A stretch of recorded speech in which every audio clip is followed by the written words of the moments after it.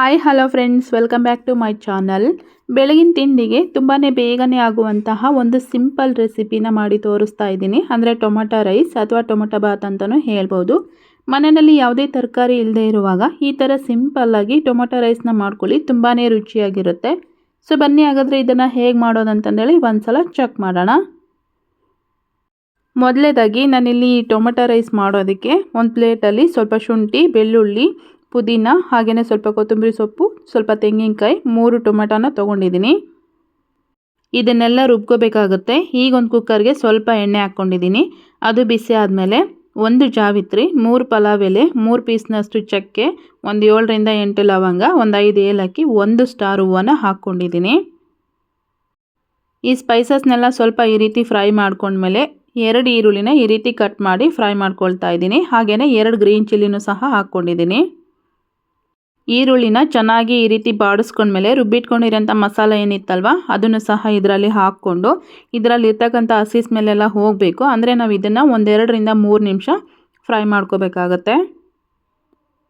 ಈ ಮಸಾಲೆಯಿಂದ ಸ್ವಲ್ಪ ಎಣ್ಣೆನೂ ಸಹ ರಿಲೀಸ್ ಆಗಬೇಕು, ಅಲ್ಲಿವರೆಗೂ ನಾವು ಇದನ್ನು ಫ್ರೈ ಮಾಡಿಕೊಂಡ್ರೆ ಚೆನ್ನಾಗಾಗುತ್ತೆ. ಇವಾಗ ಇದಕ್ಕೆ 1 ಟೊಮೆಟೊನ ಕಟ್ ಮಾಡಿ ಹಾಕ್ಕೊಳ್ತಾ ಇದ್ದೀನಿ. ಹಾಗೆಯೇ ಸ್ವಲ್ಪ ಶೇಂಗಾನು ನೆನೆಸಿಟ್ಟಿದ್ದೆ, ಅದನ್ನು ಸಹ ಇದರಲ್ಲಿ ಹಾಕ್ಕೊಂಡು ಮಾಡ್ಕೊಳ್ತಾ ಇದ್ದೀನಿ. ನೋಡಿ, ನನ್ನ ಕಡೆ ಬಟಾಣಿ ಇರಲಿಲ್ಲ, ಹಾಗಾಗಿ ಶೇಂಗಾನ ಹಾಕಿದ್ದೀನಿ. ನಿಮ್ಮ ಕಡೆ ಏನಾದರೂ ಬಟಾಣಿ ಇತ್ತು ಅಂತಂದರೆ ಅದನ್ನು ಸಹ ಹಾಕ್ಕೊಂಡು ಮಾಡ್ಕೋಬೋದು. ಇವಾಗ ಇದಕ್ಕೆ 1/4 ಚಮಚದಷ್ಟು ಅರಿಶಿನ ಪುಡಿ, 1 ಚಮಚದಷ್ಟು ಧನಿಯಾ ಪುಡಿ, 1 ಚಮಚ ಅಚ್ಚ ಖಾರದ ಪುಡಿ, ರುಚಿಗೆ ತಕ್ಕಷ್ಟು ಉಪ್ಪನ್ನು ಹಾಕಿ ಮತ್ತೆ ಒಂದು ಸಲ ಚೆನ್ನಾಗಿ ಮಿಕ್ಸ್ ಮಾಡ್ಕೊಳ್ತಾ ಇದ್ದೀನಿ. ಈ ಟೊಮೆಟೊ ರೈಸ್ನ ಪ್ಲೇನಾಗಿ ಮಾಡೋದಕ್ಕಿಂತ ಈ ರೀತಿ ಸ್ವಲ್ಪ ಶೇಂಗಾ ಆಗಿರ್ಬೋದು ಅಥವಾ ಬಟಾಣಿ ಆಗಿರ್ಬೋದು ಯಾವುದಾದ್ರೂ ಹಾಕಿ ಮಾಡಿಕೊಂಡ್ರೆ ತುಂಬಾ ರುಚಿಯಾಗಿರುತ್ತೆ. ಮಸಾಲೆ ಸ್ವಲ್ಪ ಗಟ್ಟಿ ಆಯಿತು ಅಂತ ಅನ್ನಿಸ್ತಲ್ವ, ಅದೇ ಮಿಕ್ಸಿ ಜಾರ್ಗೆ ಸ್ವಲ್ಪ ನೀರು ಹಾಕಿಬಿಟ್ಟು ನಾನು ಈ ರೀತಿ ಬೇಯಿಸ್ಕೊಂಡಿದ್ದೀನಿ. ನೋಡಿ, ಮಸಾಲೆಯಿಂದ ಎಣ್ಣೆನೂ ಸಹ ಬಿಟ್ಕೊಂಡಿದೆ. ಇವಾಗ ಇದಕ್ಕೆ ನಾನು 1 ಗ್ಲಾಸ್ನಷ್ಟು ಅಕ್ಕಿನ ನೆನೆಸಿ ಇಟ್ಕೊಂಡಿದ್ದೆ, ಅದನ್ನು ಸಹ ಇದರಲ್ಲಿ ಹಾಕಿಬಿಟ್ಟು ಒಂದು ಸಲ ಚೆನ್ನಾಗಿ ಮಿಕ್ಸ್ ಮಾಡ್ಕೊಳ್ತಾ ಇದ್ದೀನಿ.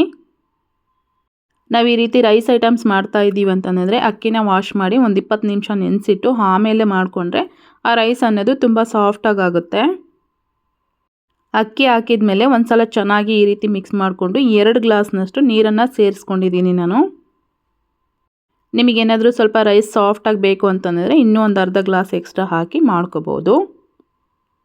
ನೀರು ಹಾಕಿದ ಮೇಲೆ ಮತ್ತೆ ಒಂದು ಸಲ ಇದನ್ನು ಈ ರೀತಿ ಚೆನ್ನಾಗಿ ಮಿಕ್ಸ್ ಮಾಡಿಕೊಂಡು ಅಕಸ್ಮಾತಾಗಿ ಉಪ್ಪು ಏನಾದರೂ ಹೆಚ್ಚು ಕಡಿಮೆ ಆಯಿತು ಅಂತಂದರೆ ನಾವಿಲ್ಲಿ ಸರಿ ಮಾಡಿಕೊಂಡು ಕುಕ್ಕರ್ ಮುಚ್ಚಳನ ಮುಚ್ಚಿ 2 ವಿಸಿಲ್ ತೆಗೆಸ್ಕೊಂಡ್ರೆ ಸಾಕಾಗುತ್ತೆ. ನೋಡಿ, 2 ವಿಸಿಲ್ ಆದಮೇಲೆ ನಾನು ಕುಕ್ಕರ್ ಮುಚ್ಚಳನ ಓಪನ್ ಮಾಡ್ತಾ ಇದ್ದೀನಿ. ರೈಸ್ ಎಲ್ಲ ಈ ರೀತಿಯಾಗಿ ರೆಡಿ ಆಗಿದೆ.